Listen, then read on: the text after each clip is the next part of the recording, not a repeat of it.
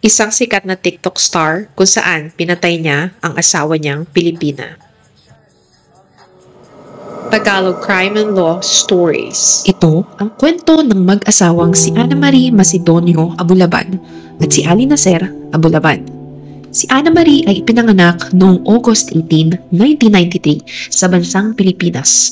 Inilarawan siya ng kanyang mga kaibigan at pamilya bilang isang masayahing tao, mapagmahal na ina at mabuting kaibigan. Unang nagkakilala si Ali at si Ana ay sa bansang Japan, Okinawa City, kung saan si Ana ay nagtatrabaho sa isang bar at si Ali naman ay isang US military na naka-assign sa Okinawa, Japan. Sa unang pagkikita nila ay talaga namang nabighani sila sa isa't isa at hindi kinalaunan nagkaroon sila ng anak na babae. At mula sa bansang Japan, lumipat sila sa bansang Amerika, State of Virginia para manirahan. Sa taong 2019, si Ali ay nagkaroon ng hobby bilang isang TikToker. Si Ali ay isang talentadong tao. Sumikat siya sa pag-impersonate ng iba't ibang karakter sa mga pelikula. Kaya naman, nagkaroon siya ng higit kumulang 1 milyong followers at nakilala siya sa pangalang Jinkid sa social media. At talaga namang napapatawa niya ang mga libo-libo niyang followers. Pero sa likod ng social media o camera, si Ali ay gumagamit rin ng droga o cocaine. Meron pang ang pagkakataon na habang nagla-live siya sa TikTok ay gumagamit siya ng droga na inakala ng mga viewers niya ay parte ng kanyang pag-akto. Pero totoo pala ito. At sa mga sumunod na araw ay humingi siya ng kapatawaran sa kanyang mga followers. At sinabi niya na first time lang niyang gumamit ng drugs at hindi maganda ang naging epekto sa kanya nito. At huwag na nilang subukan. Pero ang katotohanan nito ay matagal na siyang gumagamit. Hindi sila nanatili ng matagal sa State of Virginia. February 2021, lumipat sila sa San Diego, California, kung saan nandun karamihan ang mga kaibigan ni Ana. On and off nag-work si Ana, si Ali naman ay nag-work bilang contractor sa Naval Base, isang military facility. Habang nag-work si Ali ay pinagpapatuloy pa rin niya ang paggawa ng mga video sa TikTok as his hobby. At makikita sa post ng mag-asawa sa kanilang social media na they're living in an American dream at madalas silang mag-party kasama ang kanilang mga kaibigan.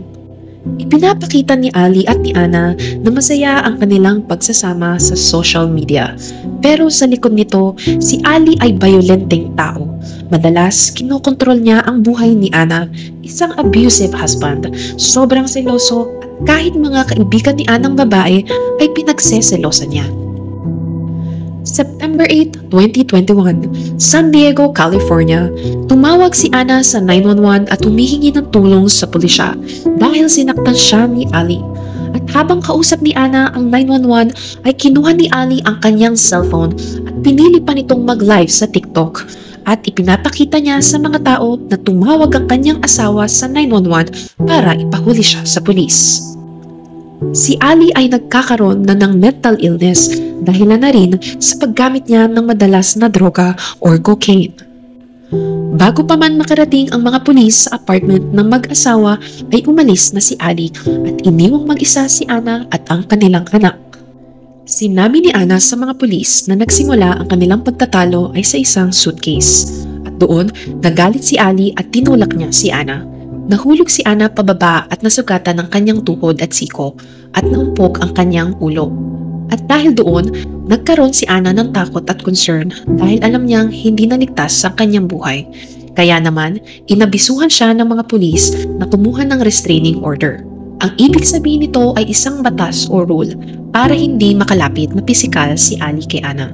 At bawal rin silang magkaroon ng kahit anong komunikasyon, message, email, or kahit tawag. Umalis si Ana ng apartment kasama ang anak at tumuloy sa bahay ng kanyang kaibigan. Bago pa man ang mga pangyayaring ito ay nagkakaroon na sila ng matinding away. Simula July hanggang October 2021, marami ng tawag sa 911 kahit ang mga kapitbahay nila sa apartment ay concerned kay Ana dahil sa mga pangyayari at naririnig nila ang away ng mag-asawa. Sinabihan ni Ana si Ali na tapos na ang kanilang marriage or pagsasama bilang mag-asawa dahil nalaman ni Ana na nagkaroon ng ibang babae si Ali sexually, at dahil doon, nagsimulang lumalabas si Ana kasama si Rayburn Barron. Siya ay isang kaibigan ni Ana. At noon pa lang ay ayaw na ni Ali kay Rayburn bilang kaibigan ni Ana. Si Rayburn Barron na isang mabait, maalaga sa pamilya at mabuting tao. Ganon siya ilarawan ng kanyang pamilya. October 18, 2021, si Ali ay nakatira pa rin sa apartment nilang mag-asawa. Pero nagkaroon sila ng kasunduan na babalik si Ana sa apartment kasama ang kanilang anak. Pero kailangan umalis si Ali. At dahil doon, lumipat ng tirahan si Ali sa isang hotel at ang tatay niya ang nagbabayad nito. Sa mga pangyayari, lalong lumalala ang kanilang marriage. Si Ali ay lalong naging bayolente at mas naging controlling kay Ana. Gusto niya, nasa kanya lang ang atensyon ni Ana kahit hindi na sila nagsasama. Madalas, lagi niyang tinatawagan si Ana para alamin kung nasaan at sino ang mga kasama nito. Dahil pinagseselosan lahat ni Ali ang mga taong nakakasama ni Ana. At dahil naniniwala si Ali na merong ibang karelasyon si Anang lalaki, October 21, 2021, ang hindi alam ni Ana ay meron pa ring keycard or duplicate na susi si Ali sa apartment ni Ana. Pumasok si Ali sa loob ng apartment pero hindi ito alam ni Ana. Hinanap ni Ali kung nasaan ang iPad ng kanilang anak at noong nakita niya ito ay inactivate niya ang Discord application.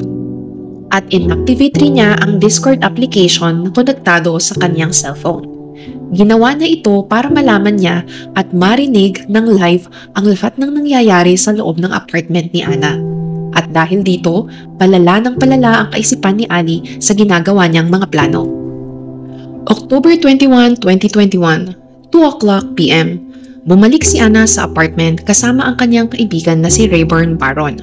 At dahil sa device na inactivate ni Ali sa iPad ng anak, ay naririnig niya na may kasamang lalaki si Ana sa loob ng apartment at masayang nagtatawanan. 2:55 p.m. Nasa elevator si Ali paakyat sa apartment ni Ana. Tumakbo siya at binuksan ang pinto sa apartment ni Ana. Nagulat at sumigaw si Ana ng napaklakas. Nagpaputok si Ali ng baril ng isang beses.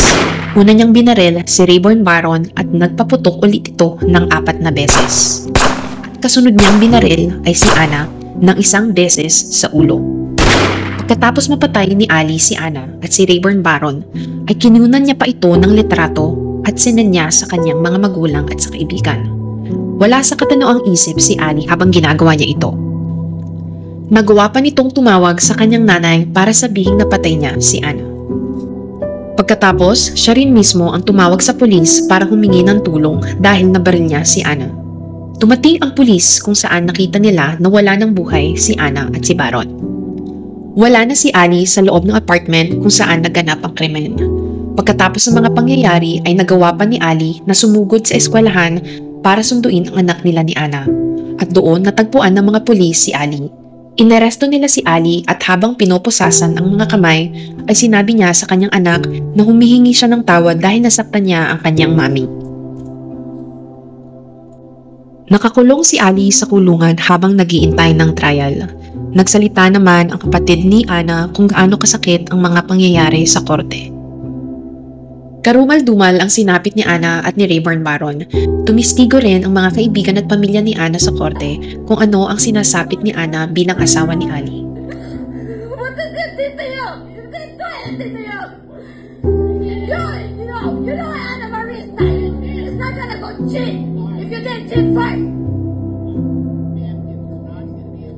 Sorry, Your Honor. Marami rin silang nakuhang ebidensya sa text messages ni Ali kay Ana kung gaano ito kaabusado at ang mga kuha sa CCTV camera at Discord application kung saan nangyari ang pagpatay kay Ana at kay Barron. Si Ali ay nasistensyahan ng habang buhay na pagkakabilanggo sa pagpatay kay Ana at sa kaibigan nitong si Barron at walang posibilidad na bigyan ng parole or probation. The Superior Court of the State of California in and for the County of San Diego, the people of the State of California, plaintiff versus Ali Nasser Abulabad, defendant. Case number SCE 292181, verdict. We, the jury in the above entitled cause, find the defendant, Ali Nasser Abulabad, guilty of the crime of murder in the first degree